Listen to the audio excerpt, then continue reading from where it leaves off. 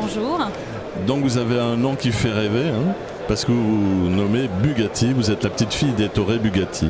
Et oui, c'est ça. Ça fait un nom qui fait rêver beaucoup de gens en France et partout à travers Dans le monde entier. Dans le monde entier, ouais, dans le monde entier.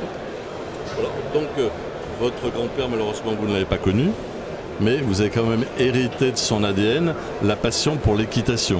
Alors, entre autres, la passion, bien évidemment, pour l'auto, mais aussi la passion des chevaux. Moi, j'ai eu très longtemps des chevaux à la maison.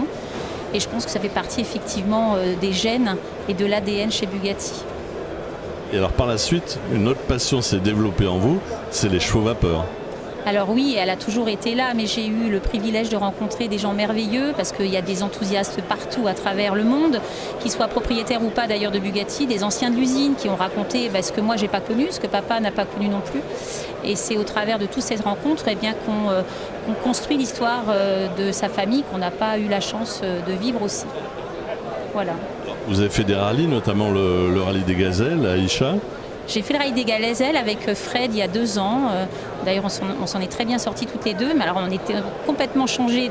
Moi, je passais des rallyes Bugatti à du rallye tout-terrain. Presque tout-terrain. Voilà, mais c'est du tout-terrain. Les dunes, le sable. Voilà, avec une notion de navigation. Et pour un premier, on s'en est plutôt pas trop mal sortis. On peut savoir combien vous avez terminé ? On a terminé dans notre catégorie en première participation, première. Voilà, et on a fait ça avec un SSV. Donc un engin plus proche d'une Bugatti en fait. On est à l'air libre, un gros quad, enfin un énorme quad à 2 places et ça a été une très très belle aventure entre filles, comme quoi c'est possible. Ça s'est bien passé. Ça s'est très bien passé, oui. Et donc à Moschel, vous étiez toujours en rapport avec des gens qui avaient connu votre grand-père et qui vous en parlaient régulièrement ?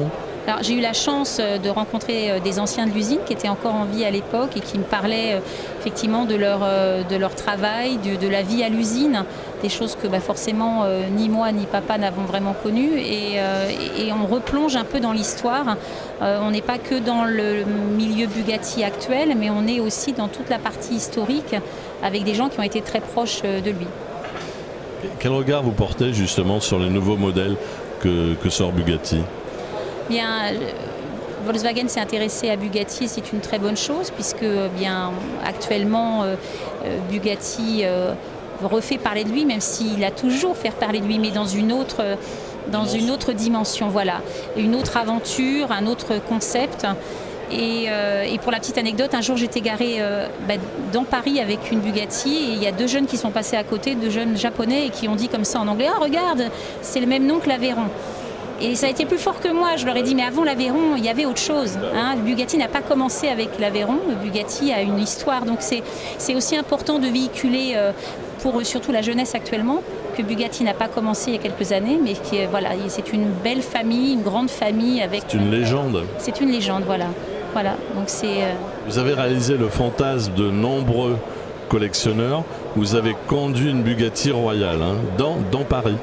Oui, j'ai eu la chance de pouvoir rouler avec le coupé Napoléon à Paris, sur les Champs-Élysées, ce qui n'était pas du tout prévu, organisé. J'étais présente lorsqu'elle a été déchargée. Je crois qu'elle faisait les concours d'élégance de Bagatelle.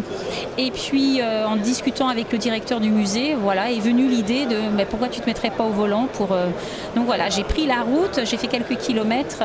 Quelle sensation de ce véhicule 6 exemplaires, sensation de conduite, même si vous n'avez pas fait une vitesse énorme sur les Champs-Élysées, mais quelle sensation qu'on a de ce véhicule légendaire ?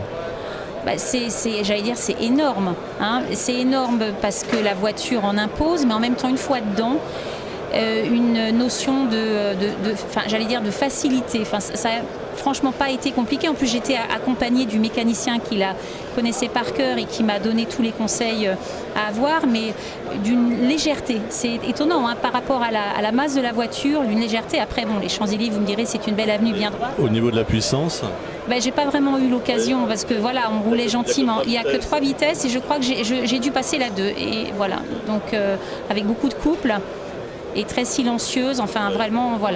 Quelle expérience. Très belle expérience. Bon, il y en a eu plein d'autres, mais c'est vrai que celle-là fait partie des belles expériences. Des choses qui marquent, j'imagine. Oui, il y a comme ça des petits moments dans la vie Moi, j'ai comme souvenir aussi incroyable les États-Unis en Bugatti et traverser le Golden Gate à San Francisco dans un Grand Prix avec des énormes 4x4 qui vous passent à côté et on s'arrête juste après le Golden Gate sur une petite place de stationnement et étonnamment, il y a plein de gens qui passent, personne la regarde bizarrement, c'est quoi ce truc? Et les seuls qui se sont arrêtés pour en discuter avec nous, c'est des gars en Harley qui sont peut-être aussi un peu plus... Des bikers, voilà.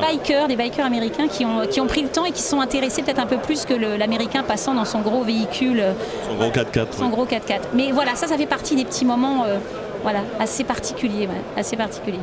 Il faut rappeler que vous êtes la directrice du circuit Lanneau du Rhin, voilà. Donc vous êtes toujours depuis des années. Moi, ça fait un peu plus de 20 ans que je travaille à l'Anneau du Rhin avec François Rinaldi. Et voilà, on mène ça bien. Il y a de très beaux événements qui s'y passent. Vous organisez les 500 km nocturnes. Voilà, ça, c'est réservé à la GT4. Alors, c'est réservé au GT. Ça a lieu tous les ans au mois de septembre. Là, d'ailleurs, il y a une nouvelle édition cette année. On accueille aussi des courses moto, la Drift Cup. On reçoit également... des compétitions auto. Donc voilà, on se dirige vers des journées et puis ça permet aussi au public de venir apprécier la voiture, la moto et puis en Alsace. Et dans un avenir proche, vous avez d'autres rendez-vous avec la compétition personnellement ?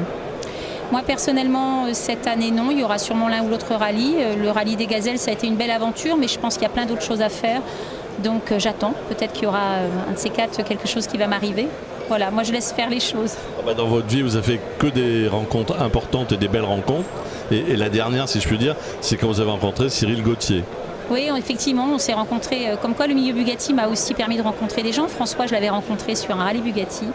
Et puis Cyril également. Comme quoi, la vie est bien faite en Alsace, dans la patrie. Et puis voilà, on mène... Un autodidacte. Oui, effectivement, un gars passionnant et passionné qui a... 1000 cordes à son arc et qui rien que dans la discussion vous emmène avec lui et je pense que même quelqu'un qui n'est pas forcément passionné, il arrivera à en faire un passionné. Il accrochera obligatoirement avec lui. Oui, je pense. Caroline Bugatti, je vous remercie. Merci. Et bon salon à vous. Merci. Merci.